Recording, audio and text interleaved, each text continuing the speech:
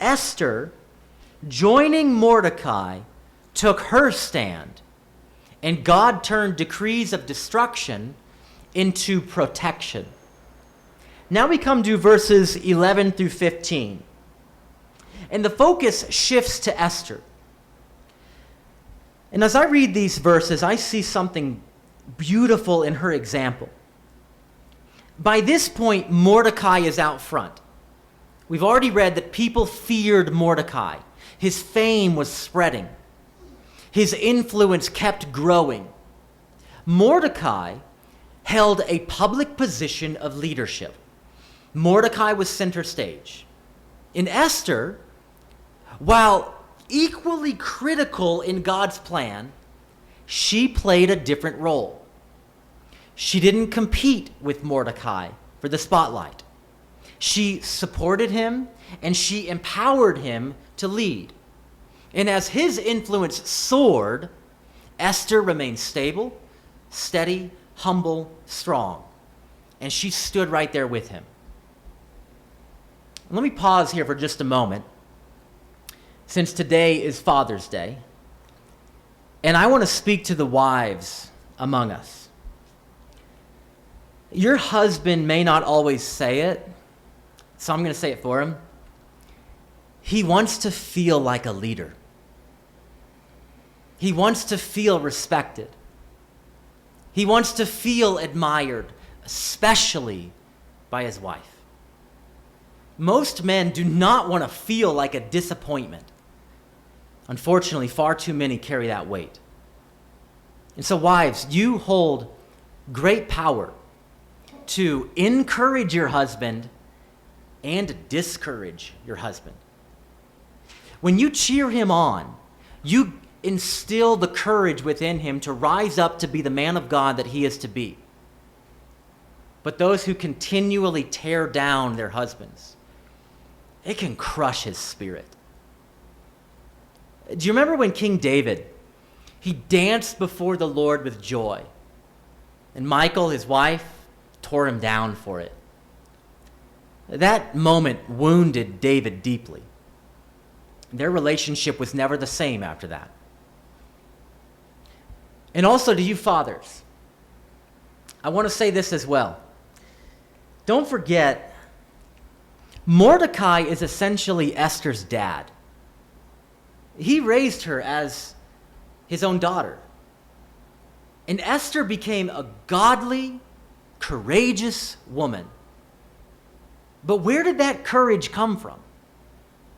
Well, in many ways, she saw it modeled in Mordecai. Now, Mordecai was not perfect, and Esther knew that.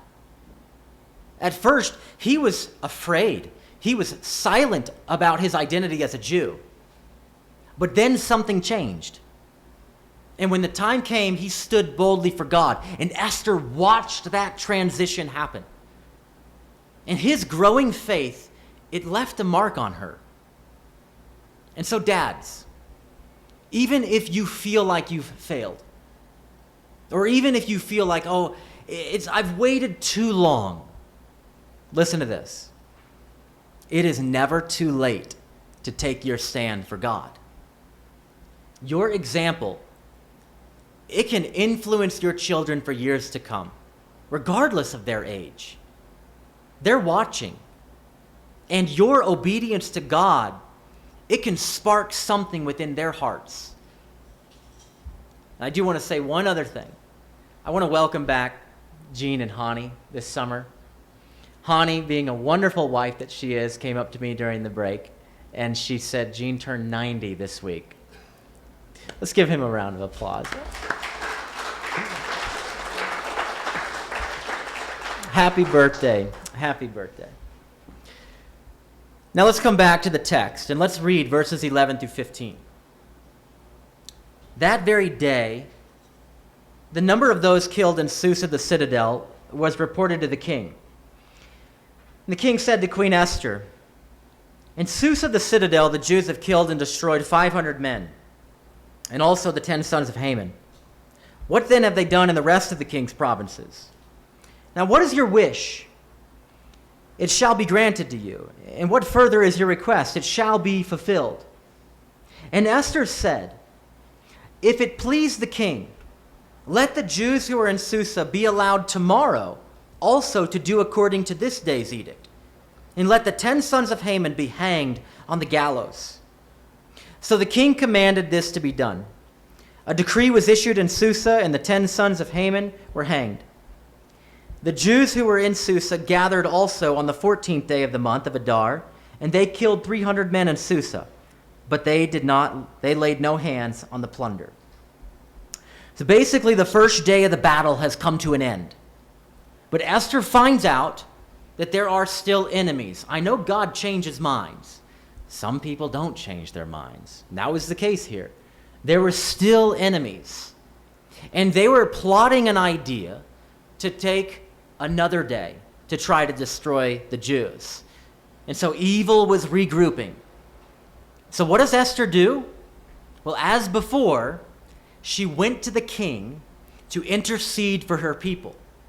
And she requested protection for one more day.